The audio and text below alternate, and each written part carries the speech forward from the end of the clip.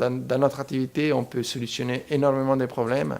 Il faut savoir, donc, nous, on peut intervenir dans tout type d'activité où il y a une production. Donc, tous les domaines industriels sont touchés. Ça peut être l'aéronautique, qui aujourd'hui est très porteur. Ça peut être l'industrie alimentaire.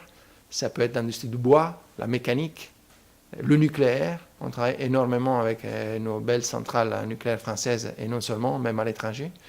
Et donc, ça nous permet, par exemple, d'intervenir quand vous transformez quelque chose, à un moment donné, vous produisez une pollution.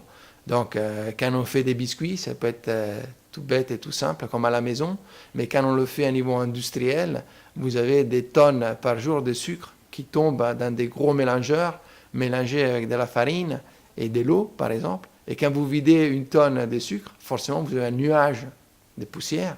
Et ce nuage de poussière, il faut savoir l'aspirer. J'ai fait un bon exemple parce que la poussière de sucre, c'est une poussière très explosive.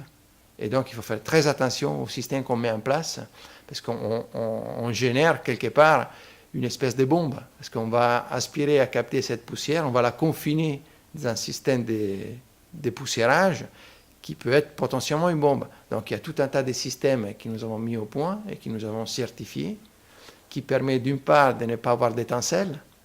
Donc, s'il n'y a pas d'étincelle, il n'y a pas d'explosion. Et dans le pire des cas, on a de toute manière une augmentation de la pression qui peut être générée par une déflagration, on sait maîtriser cette déflagration et faire en sorte qu'il n'y ait aucun dégât. Par exemple, ça, c'est une des activités de plus en plus demandées, donc la protection à texte sous le risque d'explosion.